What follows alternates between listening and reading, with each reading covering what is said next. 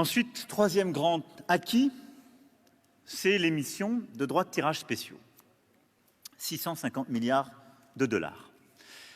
Cette émission de droits de tirage spéciaux, elle va permettre de déclencher une impulsion qui, au fond, permet à la communauté internationale, au FMI, déjà d'apporter ce que, aujourd'hui, l'Afrique n'a pas en comparaison avec les États-Unis, l'Europe ou même la Chine, c'est-à-dire un mélange d'armes monétaires et budgétaires qui permet de répondre à court terme à la crise.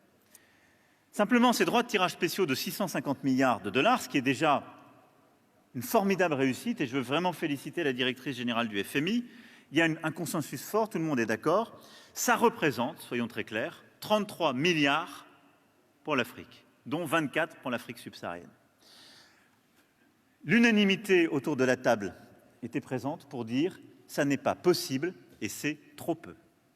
Et donc, nous avons décidé aujourd'hui, au-delà de cet acquis de court terme, d'ouvrir pour les prochaines semaines plusieurs travaux qui supposent un travail technique et évidemment la construction d'un accord politique que nous espérons obtenir d'ici au G7 ou au plus tard au G20, donc entre juin et octobre prochain, et qui va beaucoup mobiliser le FMI.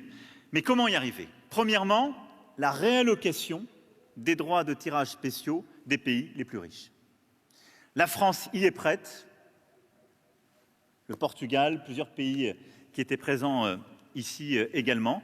Nous sommes prêts à réallouer des droits de tirage spéciaux dont la France sera dépositaire, de telle sorte à constituer un tour de table qui s'élève au moins à 100 milliards pour l'Afrique. C'est-à-dire nous devons faire plus que tripler l'enveloppe naturelle de l'Afrique à l'occasion de cette émission de DTS.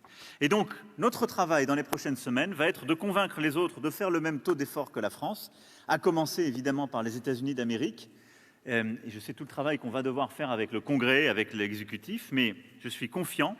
Mais ça, c'est une piste de travail, pas une piste, une volonté et un engagement pris aujourd'hui pour aller vers ces 100 milliards de DTS affectés à l'Afrique, ce qui suppose une réallocation massive de la part de tous les pays les plus riches.